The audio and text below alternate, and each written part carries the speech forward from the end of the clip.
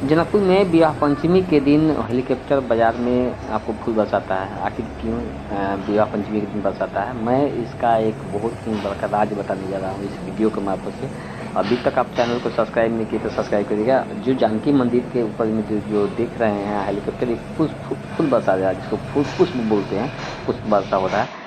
तो इसका एक मुख्य उद्देश्य है, इस दिन जनकपुर धाम में विवाह पंचमी के दिन माता और सीता को और राम का विवाह का दिन रहता है। उस दिन जानकी मंदिर से डोला निकल के बारह बीघा में जाता है। वहाँ पे बारह बीघा में पहुँचने के बाद में जितने जानकी मंदिर और अन्य मंदिर है उस सभी का डोला वहाँ पे पहुँचता है। भगवान जी सब एक साथ 1 लाख आदमी जो रहते हैं पूरे जनकपुर में, उस सामने में आप यहाँ पे विवाह होता है। वो विवाह का कार्यक्रम जो जानकी मंदिर के आंगन में होता है, वहाँ पे आपको बता दें जनकपुर और नेपाल देश के विशिष्ट आदमी की उपस्थिति में जो आपको विवाह का कार्यक्रम होता है, वहाँ पे जो हम लोग को सनातन में जितना भी विधि होता है उस विधि को एक बारीकी से पंडित जी के मार्फत से जो पंडित जी यहाँ मंत्र पढ़ते हैं और महिलाएं अपना स्वर के अनुसार से म्यूजिशियन टीम के अनुसार से गीत गाती है। जो उसका परंपरा के अनुसार से मिथिला में हम लोग का विवाह का कार्यक्रम होता है, जो इस बहुत ही सुहावना लगता है, जिसको मैं आपको इस वीडियो के मार्फत से मैं दिखा रहा हूँ।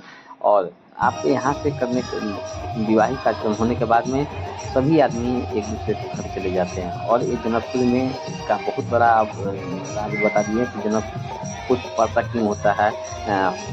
आपको जयमाला का समय रहता है, इसलिए आपको पुष्प वर्षा होता है। और जनकपुर में ठीक उस दिन कल होके राम कलेवा होता है। राम कलेवा होने के बाद में जो साधु संत आए हुए होते हैं अयोध्या से, वो अयोध्या से आने के बाद में सब अपना प्रसाद ग्रहण करते हैं और खाना खा के अपने अपने जो बिदागरी होता है उस तरह से बिदागरी होता है। सभी आदमी उनको दर्शन करके यहाँ से बिदागरी करते हैं।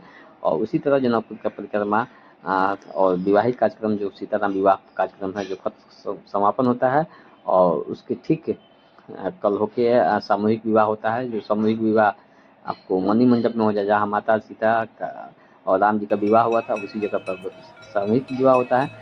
वहाँ पर विवाह होने के बाद में विवाह पंचमी का कार्यक्रम खत्म होता है। वहाँ पे जो 51 जोड़ी, कभी 101 जोड़ी, इस तरह से आपको विवाह होता है। और विवाह होने के बाद में विवाह पंचमी का एक भव्य और सभ्य रूप देते हैं। अभी तक सनातन धर्म में इस टाइप का आपको चैनल आपको नहीं मिलेगा, जो मैं चैनल से आपको अपडेट करता हूँ। मेरे चैनल अभी तक मेरे चैनल को सब्सक्राइब करिएगा, क्योंकि मैं दीपक आपके साथ में हर एक दिन हर एक पर्व को, उत्सव को एक आप लोग को साझा करते हैं। और तब की वीडियो में बने रहिएगा, चैनल को सब्सक्राइब करिएगा। मैं फिर आपको नेक्स्ट वीडियो चैनल पर आऊँगा। तब तक